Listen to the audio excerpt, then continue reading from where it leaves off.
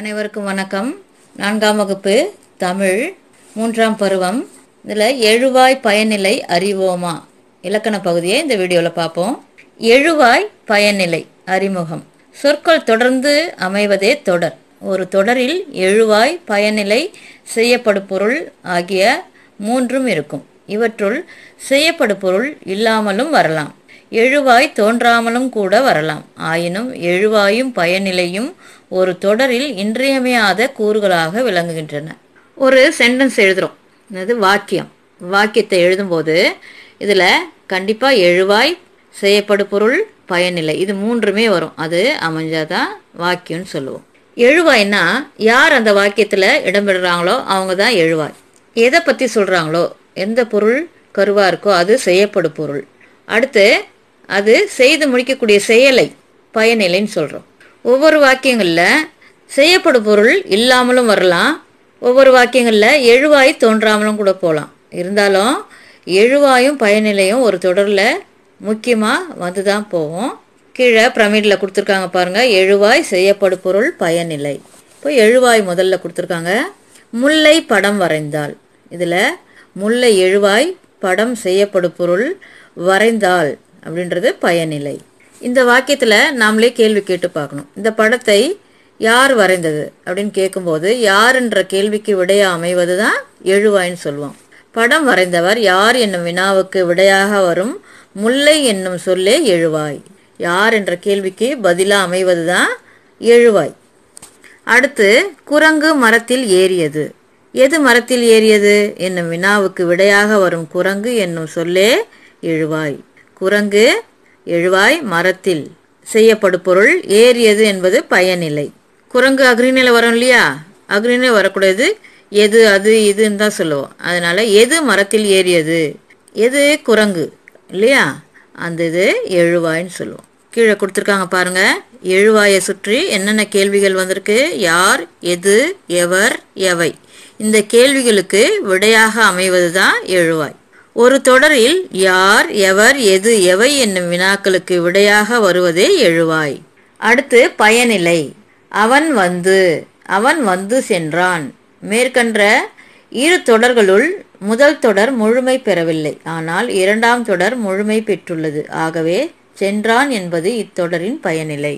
ஒருவர் செய்யக்கூடிய செயலை குறிக்கக்கூடியது பயனிலை. அவன் வந்துன்றதுல பயனிலை இல்லை. அடுத்து வரக்கூடியதில் தான் அவன் வந்து சென்றான். சென்றான்ன்றது ஒரு செயல், அந்த செயல் இங்கே பயனிலை எனப்படும். ஒரு தொடரை முழுமை பெற செய்யும் செயலே பயனிலை எனப்படும். இந்த பயனிலையோட வகைகள் இங்கே கொடுத்துருக்காங்க. கீழே பாருங்க, மைண்ட் மேப் மாதிரி போட்டு பயனிலை, பெயர் பயனிலை, வினை பயனிலை, வினா பயனிலை, 3 வகைகள் கொடுத்துருக்காங்க. அதை விவரித்து கொடுத்துருக்காங்க பாருங்க.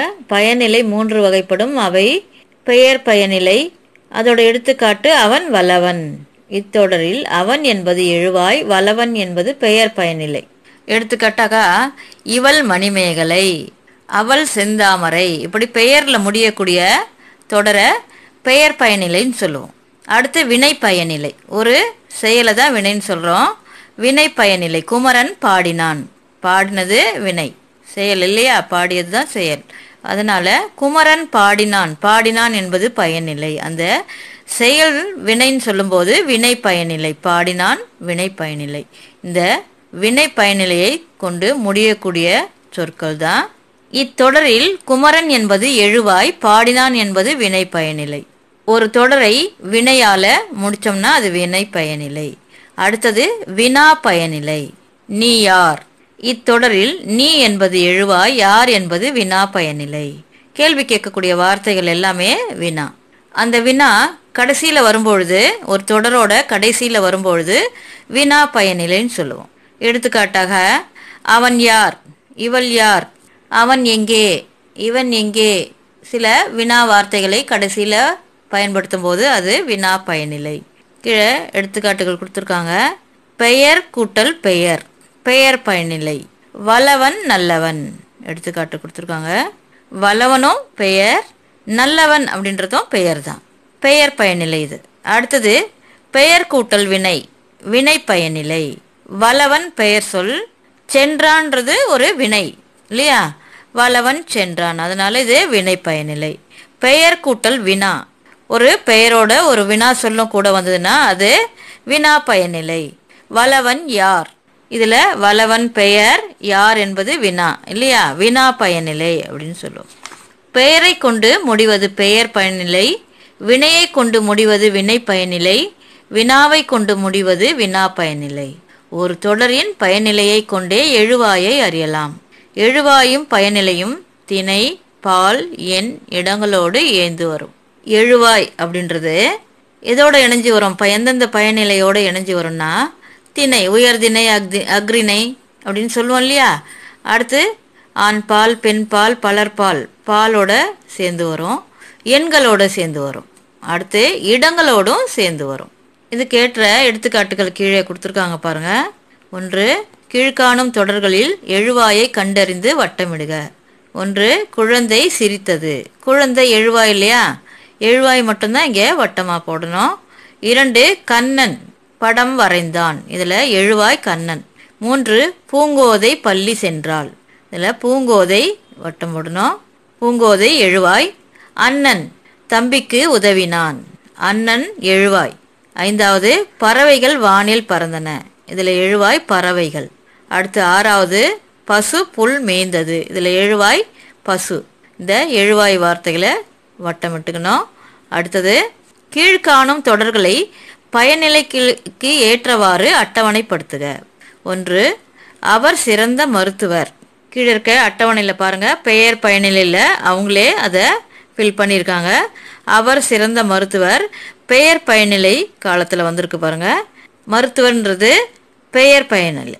பயனிலையில் 3 வகை பார்த்துருந்தோம் இல்லையா. மேலே என்னென்ன கொடுத்துருக்காங்க? பெயர் பயனிலை, வினை பயனிலை, வினா பயனிலை. அதில் முதல் வாக்கியம் அவர் சிறந்த மருத்துவர்.